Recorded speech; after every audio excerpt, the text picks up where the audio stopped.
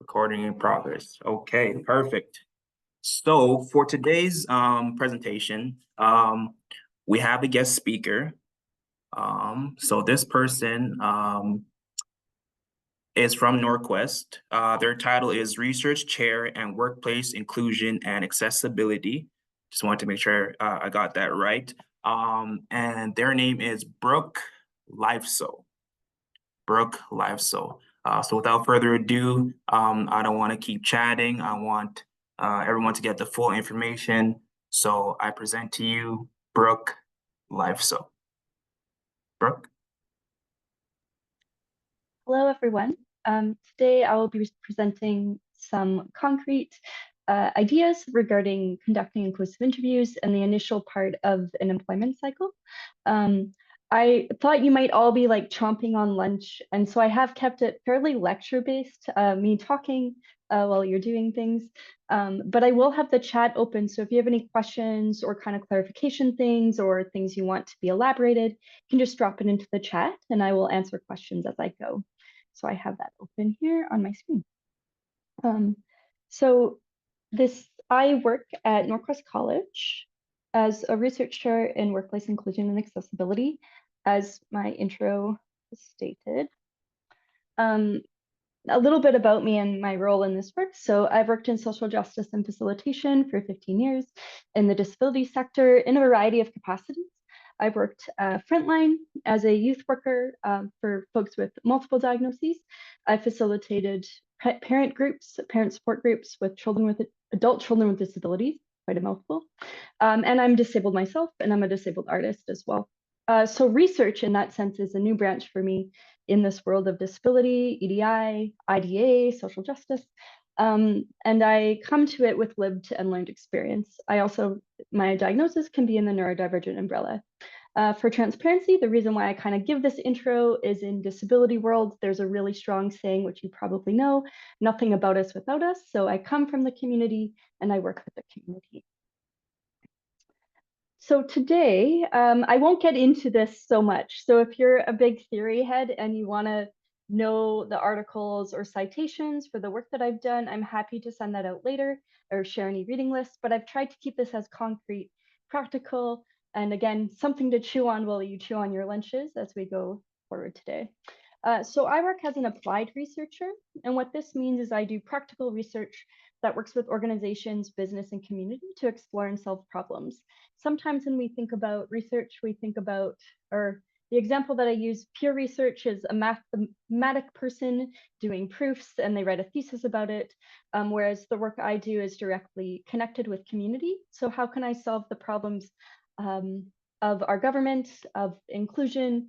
And a good example of this is I was the lead researcher on the Autism CanTech program, if you know of that program, if you work with autistic youth. So it was a program at Norquest from 21 to 2023 that trained autistic youth in the digital economy. And then I was kind of holding the research around that and learning the barriers and supports that autistic youth wanted and that employers needed to have autistic youth on their team. So that's where I come from, is an applied approach. I also use, again, a theory. So if you want this theory, I'm happy to chat with you about it later, but where my work is grounded is in an intercultural model of disability. So increasingly autistic folk, but deaf folk have always had it, that they are a minority within society. They see themselves with their own distinct cultural norms, their own ways of doing things, and they are not disabled. So I think this is important to note if you're working with the disability community, which many of you do, that what is the power dynamic of that? So if they're their own culture, and for example, around time, how do you decide around time together? And increasingly, that's where my activist and advocacy work is going towards, is how can we see these cultures interacting? I also use the social model of disability in my work, and this is a theory more are familiar with, but still is often new. So disabling factors are fixed in structures, not individuals. I tried to make this very simple, but essentially I'm disabled. The most disabling things I experience have nothing to do with my body. They have to do with the fact that society is set up in a particular way. So Edmonton is very car focused and I don't drive. That's a way that I experience disability. But if I'm in another city like London, England, that's no longer a factor because I have transportation available to me. So that's important when we're looking at inclusion, to look at how can you fix a structure, an organization, a system to make it available for the most people as opposed to fixing a person, which is known as the medical model. And the other theory I would get at, again, not making this all about theory, is universal design. So if you put a ramp into a building, this is the classic example of to describe this. So you have stairs and a ramp. What if you just had a ramp? Because everyone can use a ramp. And then you might think that that ramp is for people with wheelchairs. So you design it for people with wheelchairs, but then all of a sudden your person with a baby stroller is using it, or someone who has their wheeled groceries is using it. The mailman is using it. So in this way that you might design for one particular person, you're really hitting a whole bunch of access needs for a lot of different people.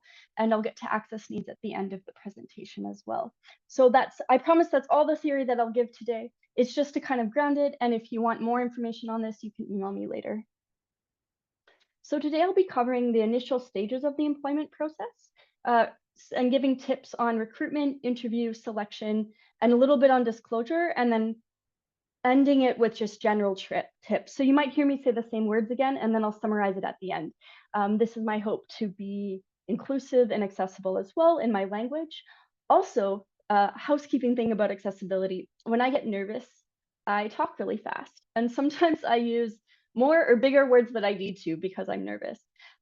So you can please private message me if you're like, can you please reword that in a different way and say it slower? I totally will. So please call me to be accountable and inclusive that way as well. Some of the other inclusive things that you might want to use is the closed captioning. You may want to turn off your camera and kind of walk around if that's something you need. That's totally fine as well. Whatever you need to make this feel good for you. Because it's deeply ironic if I don't make things accessible as a researcher in accessibility. So the very first thing, you are an employer and you have a job, or you're looking for a job. How do you outreach your jobs? So some of these are specific questions that I have to pose, and then some concrete examples. But this is where I'll step back for in a second. Say I do a lot of equity, diversity, and inclusion, accessibility work. I like the acronym IDEA. But with accessibility, it's often tied to disability, which is cool and needed and necessary. But I also look at it at critical questions. So this is where for outreach, I'm bringing in that more way of thinking about it. So who is invited to the table? Who is invited to apply for the job? If people aren't applying for the job, what is the reasons why? Have they always historically been excluded from that job? Is it something that they just can't do? Like for example, if you had a chef, you would need someone who has knife skills. That's just a reality of the position. So at the very beginning, to make outreach accessible, how and where do you outreach job openings? Who is currently applying? What are your demographic gaps? So how can this be looked at from the very beginning? Is there anyone you're unintentionally excluding? So for example, with my chef example, you need someone with knife skills. You need someone who can do things in a particular speed, perhaps. But maybe you don't need someone, maybe you don't need someone who needs to be on their feet all the time.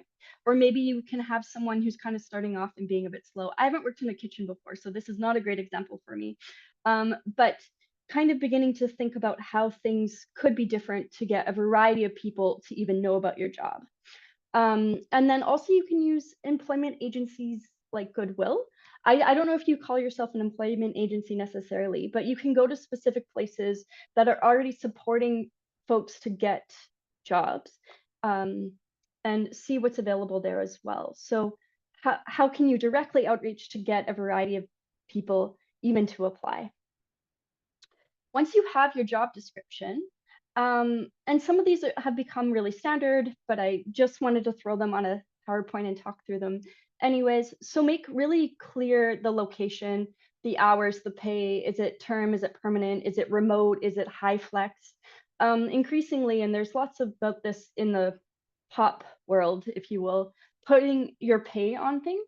When I worked in the arts world, it was really common to not put pay on anything. But increasingly, people just want to know what they're going to get paid. What is the hourly wage? And if you don't want to put that in, again, I don't think this is people in the room. What is your reason why? So if you can make things really clear, people can make decisions about whether that job is right for them. Also, to kind of have, if you have a committee looking at your job description, what might be unnecessarily deterring, or what might be unconscious biases that are present in descriptions. And this, maybe to be more concrete, is essential versus nice to have. So sometimes people will say a class 5 driver's license. Oh, thank you, Amy. That is really good that that's a law, because it definitely wasn't before. And I don't think it is in Alberta. Maybe if someone could correct me on that. So yeah, in general, what are unconscious bias, what are essential to the job, and what's nice to have. So we spoke a little bit about that before, but this can be really key in working with accessibility and disability. So for example, people often say that there needs to be a class 5 driver's license. What is the reason for that? Is it necessary to carry out the role, or is it something that often happens and then it gets used? So really, again, if you're looking at your job description, even before you've hired anyone, you have anyone in your door, just beginning to pick this apart. A good example for the essential and nice to have is I have a friend, very educated, who stutters. And sometimes in job descriptions, it will say needs to articulate well, needs to do public speaking. And in this one particular role, she was in management, and she's like, why is this the case? And she called them on it. She's like, what, am I specifically like lecturing people every day? Or is this something that you just write? So that gets into the concrete rather than vague. Sometimes there's trendy, perhaps, words, working in a fast-paced environment, a team player, collaborates well. And these, particularly for neurodivergent folks, can sound really intimidating and not be necessarily what's needed. So can you be very specific? Can it be that, in the example of my friend, you will be lecturing 30 people, you will be talking to 10 people once a week. Maybe part of your role is giving presentations. So if you can make things very concrete, then that again allows people to know if it's a good job for them or not. And specifically with autistic or neurodivergent folks, often there can be a deep intimidation regarding any cultural things. So if you say, needs to get along with people or works well in a team, can you provide examples? Can you provide the details so people understand what that means? Is working well with a team 5 people? You will work with 5 people. Is it working with 50 people? So yeah, if you can be concrete in your asks, people know what to expect. And then job carving, which I'm not sure if you're familiar with this term, but are there possibilities to carve out the job or have it be multiple jobs that people can share? So maybe if you don't drive, but someone else drives, you could share the job together. So is there any creativity when jobs are being created to really divide up the task so that a large variety of people could work there? A good example of this is when I did frontline work. They definitely have you need to drive in your job descriptions. But what I did is I advocated for myself, once I had worked there elsewhere, that the youth needed to learn how to take public transit. And if none of their staff had actually, and this occurred, had actually ever taken a bus before, how do they know the culture of transit in Edmonton? 2, I'm working in a home in the evening. So if they have one day a week that they can't leave, is that really that bad? So these are spaces where I'm an older worker and I was able to advocate for myself. But if it just said class 5 on the job description, is it necessary? Is it needed? Could I share that with someone? So that's just some about the job descriptions and how you can make them concrete.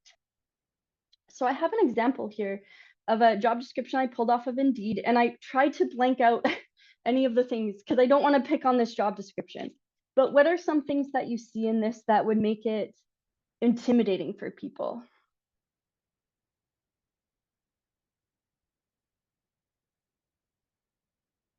And again, I don't mean to pick on this particular employer. I just pulled this one off Indeed today. And again, I promised you a lecture, so I'm not asking for a lot of audience participation. I can share as well.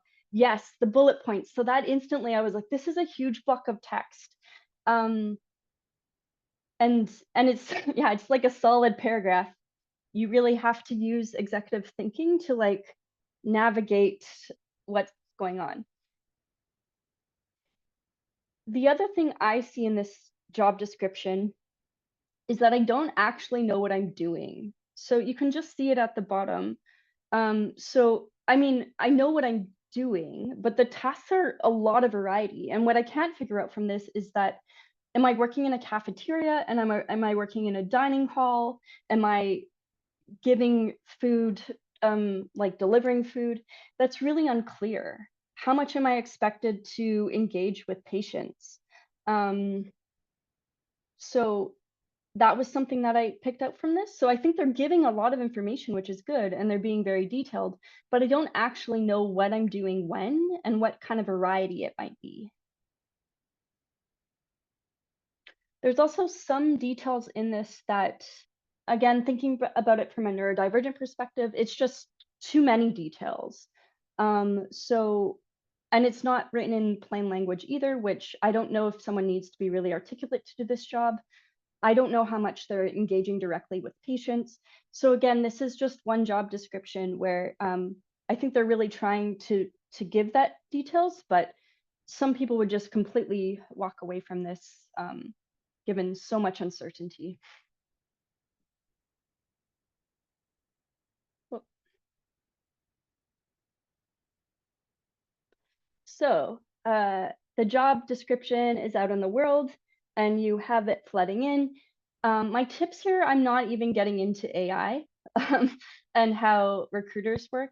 I'm just assuming that humans are reading things. The AI aspect of things is already quite intimidating to people.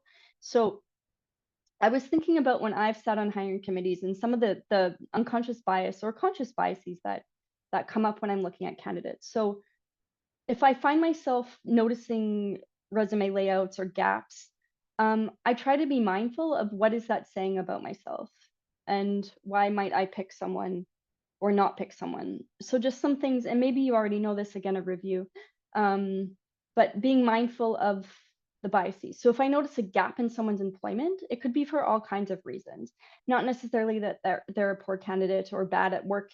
Similar with being overqualified or underqualified. So again, if you're working with autistic, chronically ill, neurodivergent, disability, folks with disabilities are often prone to burnout.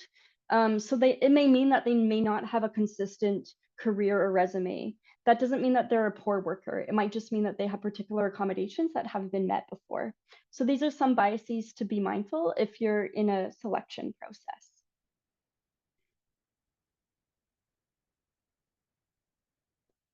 So, and I've made this all about for employers, but I just want to go back if you're working with employees or people who are looking for jobs, these are some things that you can navigate as well. So there's different thoughts about this, whether you put the date of your graduation on things. And this gets into larger accessibility and the art of equity.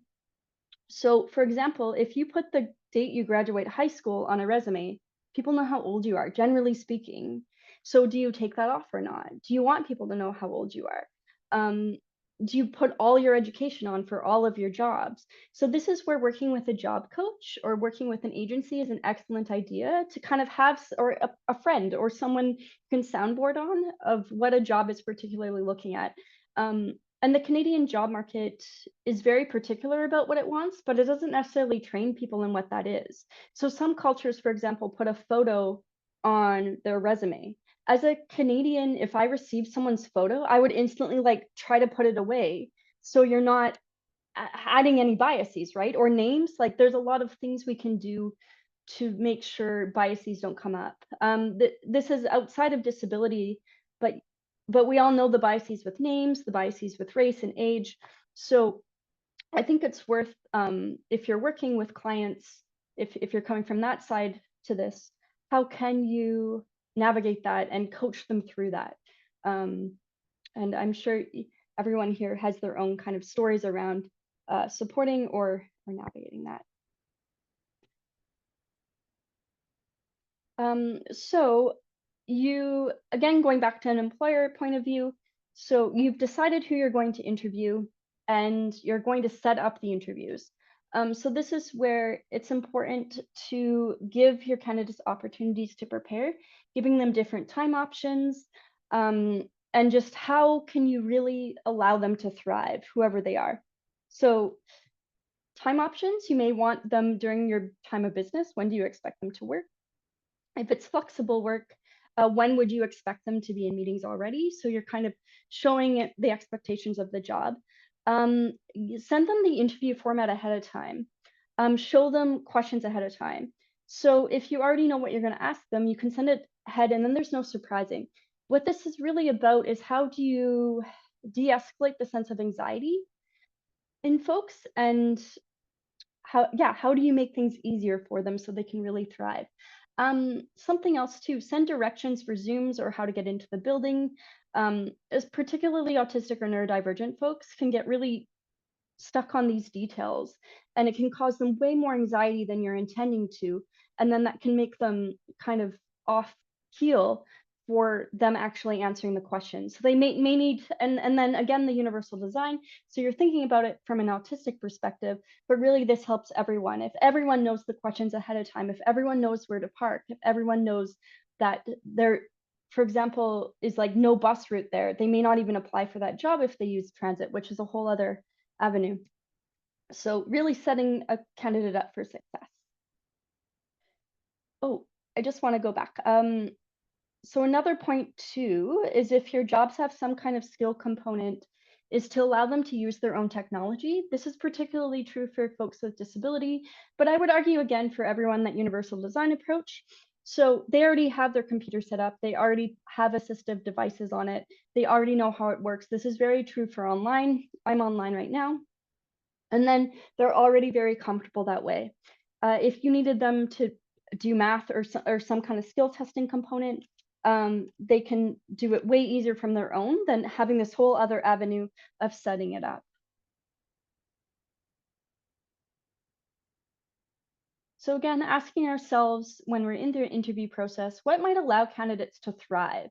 Set very clear expectations. So if you have clear expectations in the job description, you're hopefully getting candidates that understand it from there, but also what is the interview expectations as well. So are you expecting them to answer questions? Are you expecting them to use a particular format to answer questions?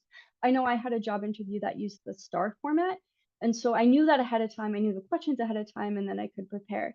The third note, and I don't think people are doing this anymore, but it's worth noting, is don't set up false anxiety or stressful situations. So I think there has been lots of internet articles and talk about this of like, oh, I know, I'll set up like a scenario where I get to see someone be in stress.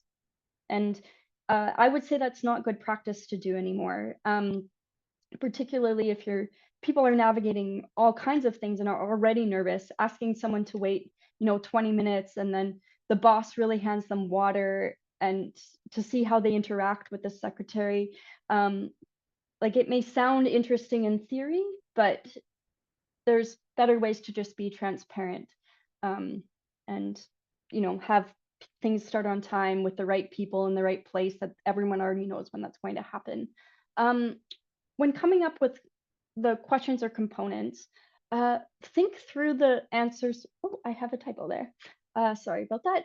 Think through the answers that you're looking for and make sure the questions align. So this is something I do as a researcher too, is what kind of answers am I looking for? And then I'll go back and redesign the question so that my questions are somewhat clear. And then if they're open-ended questions, like what is your previous experience? And if someone doesn't understand that, I will rephrase this. And again, in that universal design component, this could be for neurodivergent folks who need clear communication, but it can also be for English language learners if English isn't their first language, if they're not used to the lingo that you're using. So to be expected to rephrase questions or to dig in a little bit more to get at people's answers, particularly with communication things. How is everyone doing so far? I hope you're okay with this lecture format. And I think I will have time for conversation at the end, so we can talk more then as well. But yeah, maybe I'll just take a moment here. Is there any questions or Do people need a little bit more of a focus in supporting employees as well? I've set it up more like an employer who's going through a process, but I can adapt as needed.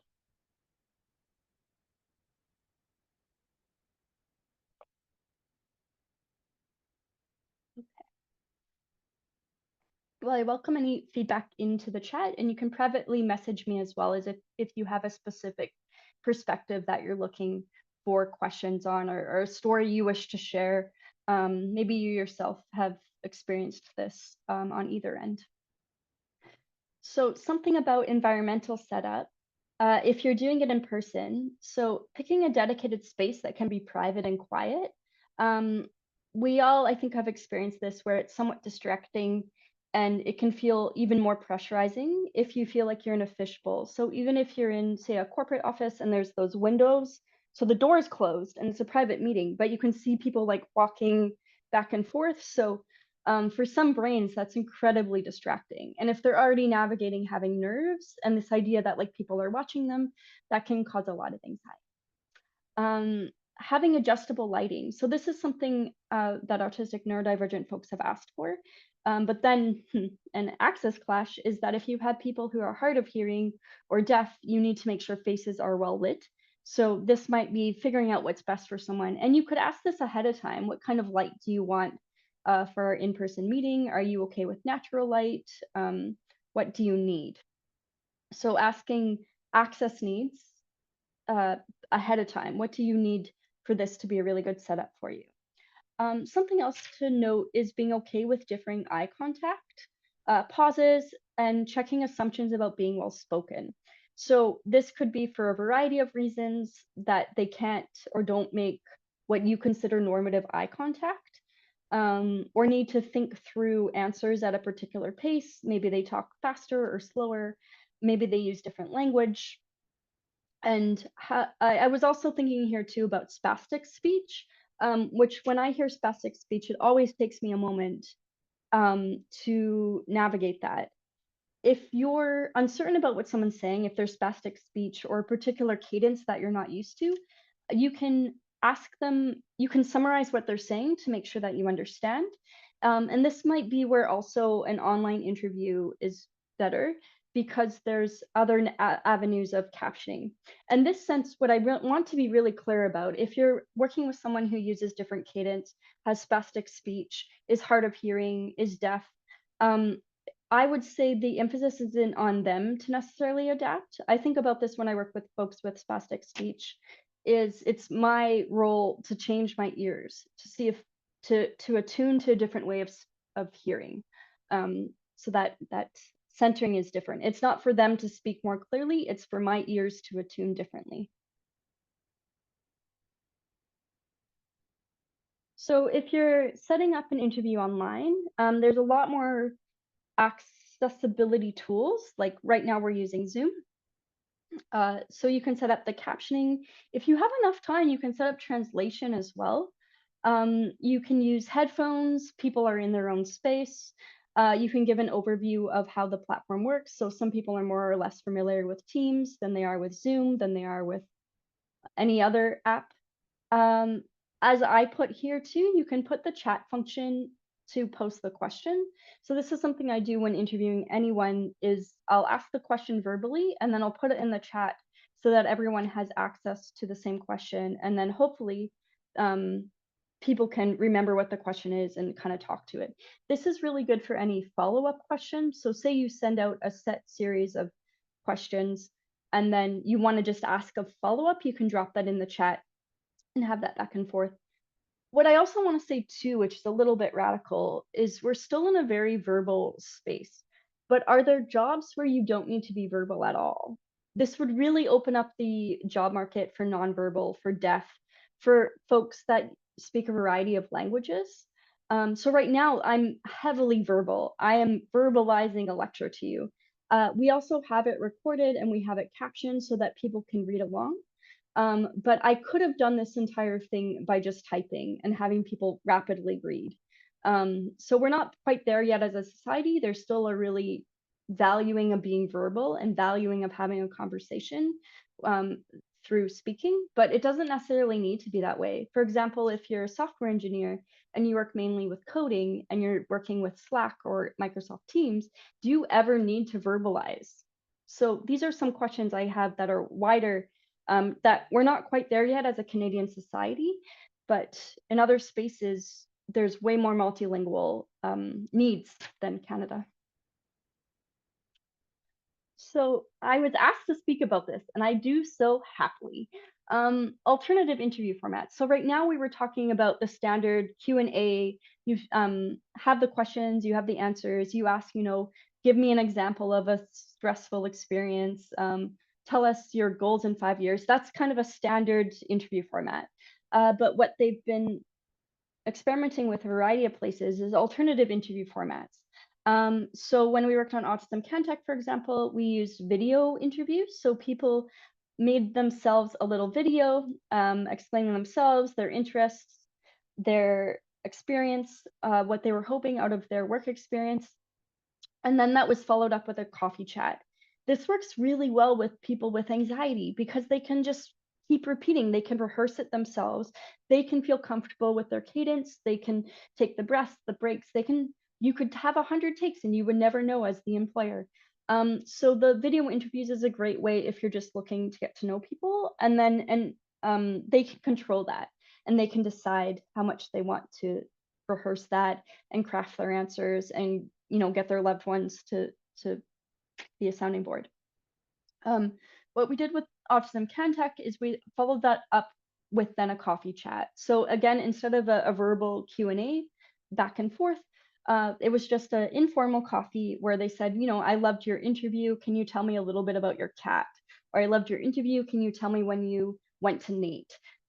So that can also be done by email as well. Again, we do really value being verbal, which is ironic because I'm lecturing you, but it can just be back and forth with email as well. So I noticed this in your interview video. I'm curious if you can tell me more about your experience with XYZ. Depending again on the job, you can also do skill testing. So you could have someone come in, have a very simple hello, how are you? And then have them run through a series of skill testing. Again, this is entirely dependent on the job, but for example, my chef are working in a kitchen. Maybe you just have them do prep work, like exactly what you would have them do as their job. And you have just like an experience of that. I know for jobs, I've also had to show like a fake or a test example of a proposal and draft me a budget. So this is an example of that skill testing where you're asking people to pitch projects as part of the interview to show they can do it and show their competency. And then I thought about scenario role playing as well. So this might be really helpful in the human services sector. So you can still have a Q&A interview format, but how might someone be if there was a scenario that they had to work through, talk through, type through, act through? Acting would probably be the most radical version of that, but yeah, so what role are they playing and how would they walk through something would be another way that you could learn someone's competency and if they're the right fit for you. Is there any questions right now before I get into the phase after this interview component?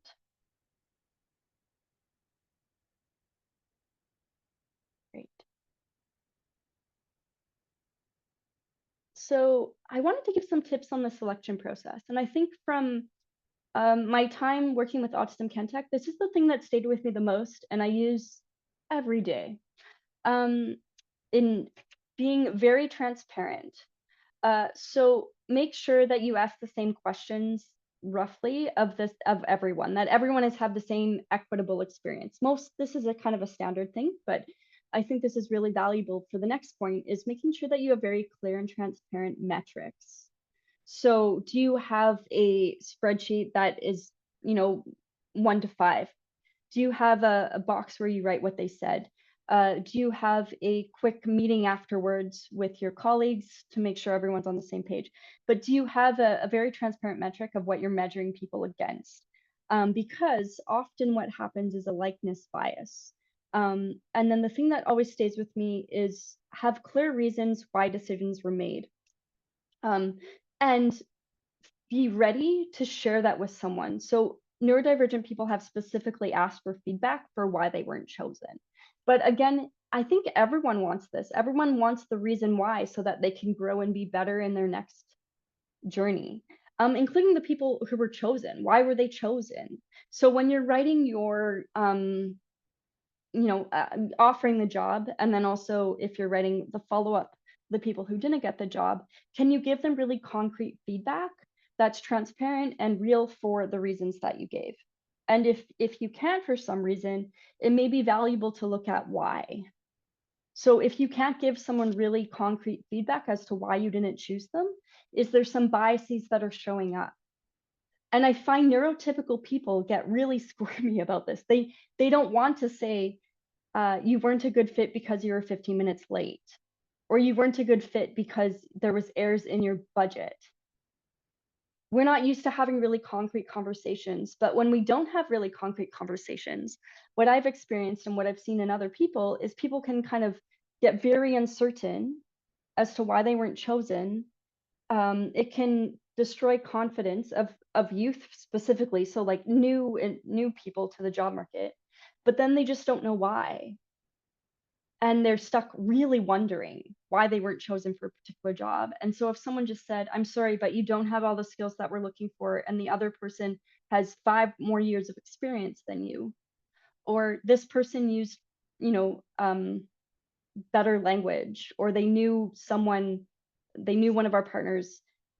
So if you can have really clear, concrete feedback and be very transparent, it just makes things so much better for people and kind of puts them at ease.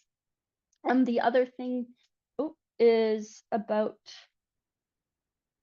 oh yeah, oh, sorry, I keep hitting the wrong button. So I just had a great question about giving feedback to someone with a disability. Is there a tactful way of doing so, positive or negative? So I would say this is the feedback for anyone.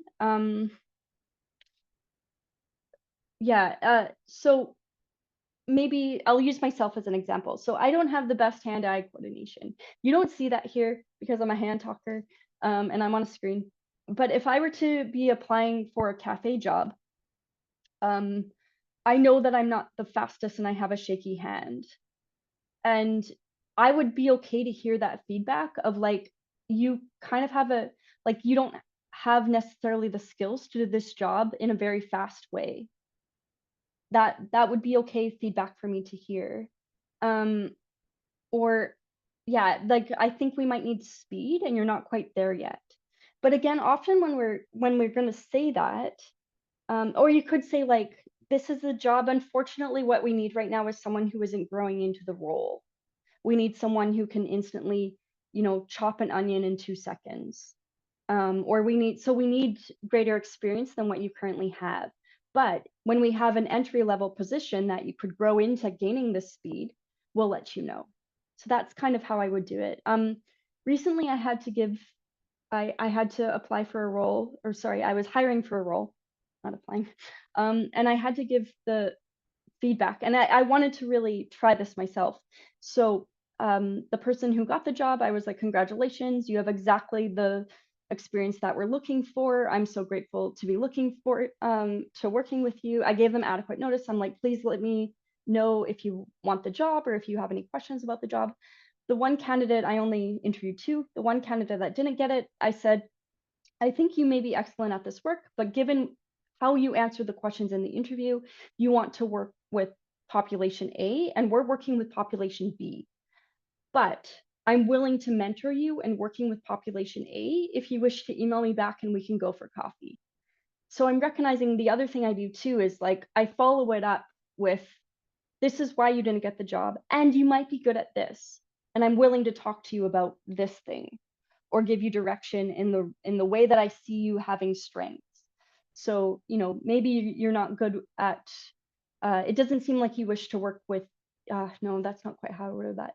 Like in your interview, you talked a lot about working with adults, but this job will be more working with teenagers. So let me know if you want to talk about avenues of working with adults. So this kind of switching forward.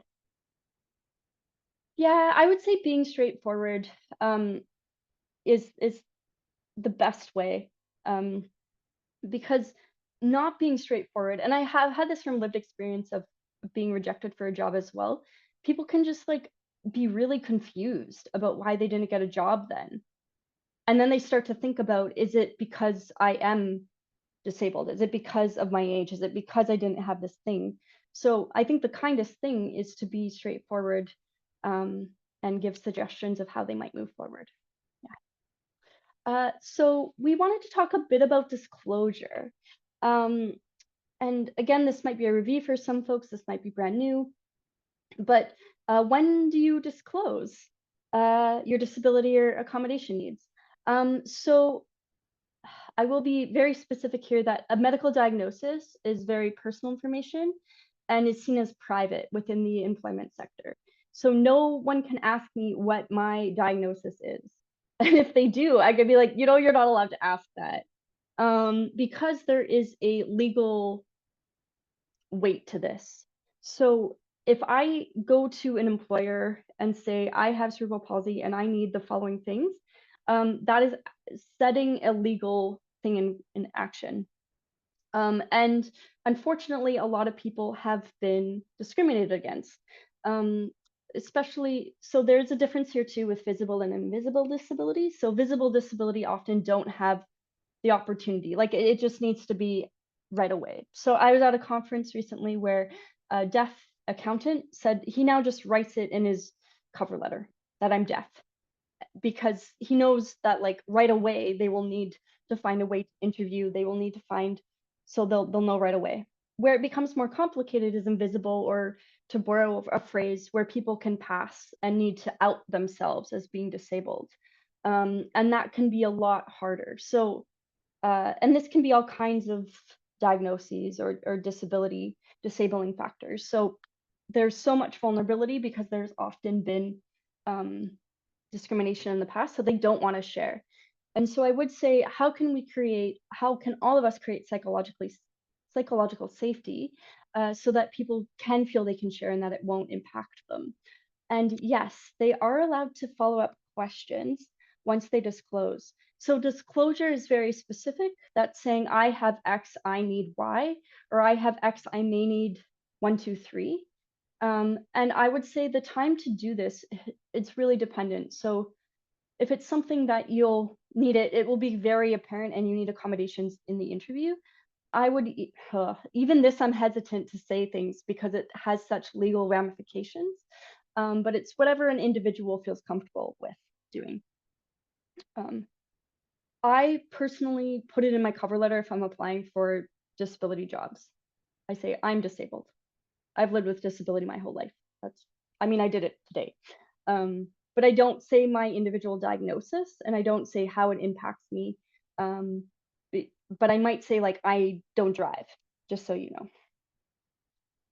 So this is my favorite thing, and I'm so happy to share this. So for me, I try to move from disclosure, which has that legal weight to it, to access needs, and creating a culture of asking everyone their access needs.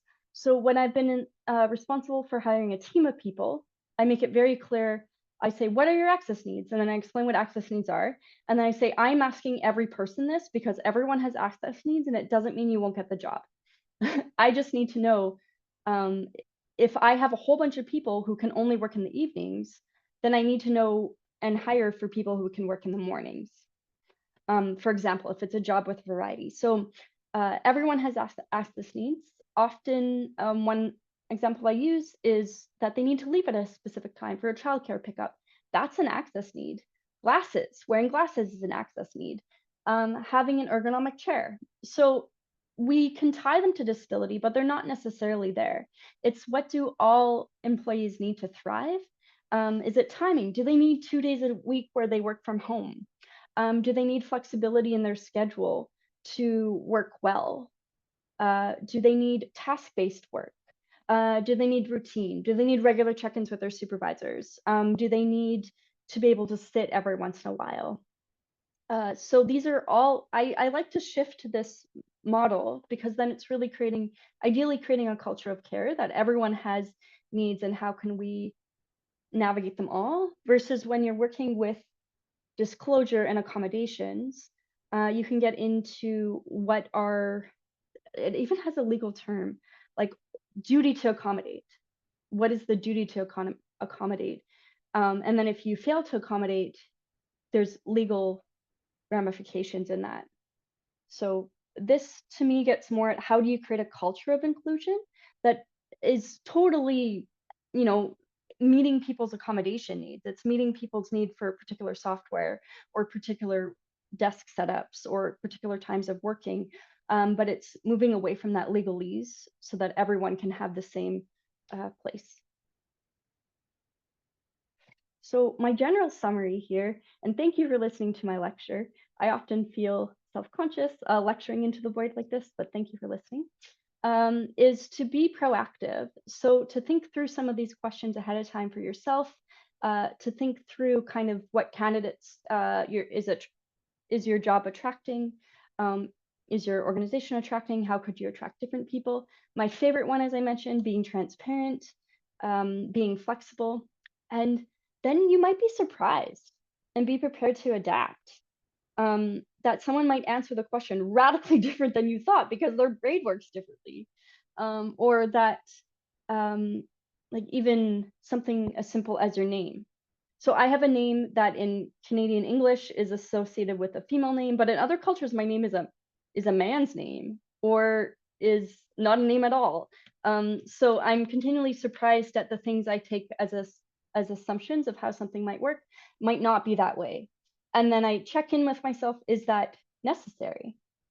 So there's a sense of being flexible here, but then also know, and this is EDI stuff as well, like what's core to the job. So if you need someone that always shows up at 9:30 a.m., you probably won't hire someone who needs sometimes to sleep in. And then you can be transparent about that. We do need someone who can open the office at 9:30. So unfortunately, we can't give you the role because we need punctuality really matters. But yeah, so that's just one example. Great. So I have 5 minutes for any questions, but you can also feel free to email me and we can continue the conversation. But any verbal questions or chat questions? Hi, Brooke. Hello. I heard you mention the duty to accommodate. Do you have any resources that you can share about that? Yes. But this is like very particular, but the Alberta Human Rights website has it. And so that's what I mean by like the legal component of this, because if, yeah, so the Alberta Human Rights, and I'll see if I can find that. And then particularly if the organization is connected to unions, the unions will be a great resource for this because it's their role to advocate for that duty to accommodate and to keep their members employed. Great, thank you. It's one that makes me really nervous is duty to accommodate because it can become very fuzzy, right? Like if you have a chronically ill worker who always needs to sleep in and that happened during their role, is it your duty to accommodate that or not? And like, oh, this gets nerve-wracking for me even as a researcher in this.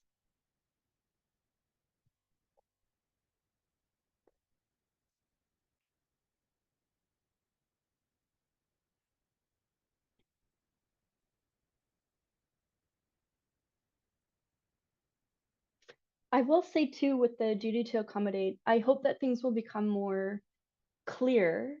So the Accessible Canada Act is attempting to make any federally regulated businesses, buildings, barrier-free by 2040. And so a lot of work is happening with standards. And so I hope that will make some of this more clear as they're trying to make Canada more accessible.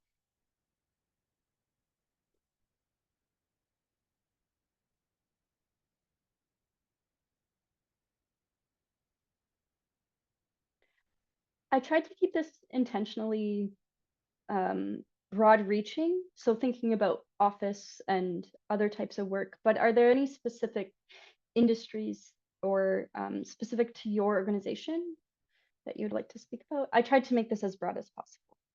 That means it's missing details.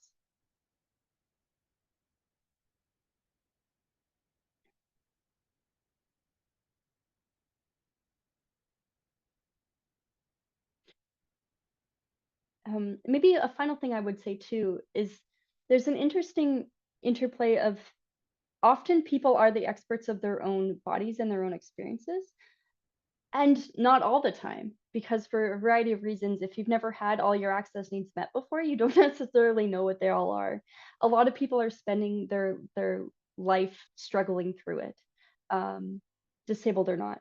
And so I do encourage this interplay, which I'm doing all the time, is like thinking, and it's that proactive part that I was thinking through. So what are some accommodations you can do right away in the interview process, such as telling them ahead of time, or showing someone the cubicle that they might be working in, for example, thinking about software systems, thinking about using chat. So how can we kind of think through some things ahead of time that may work for everyone? Because while we are the expert of our own experience, that can still be vague.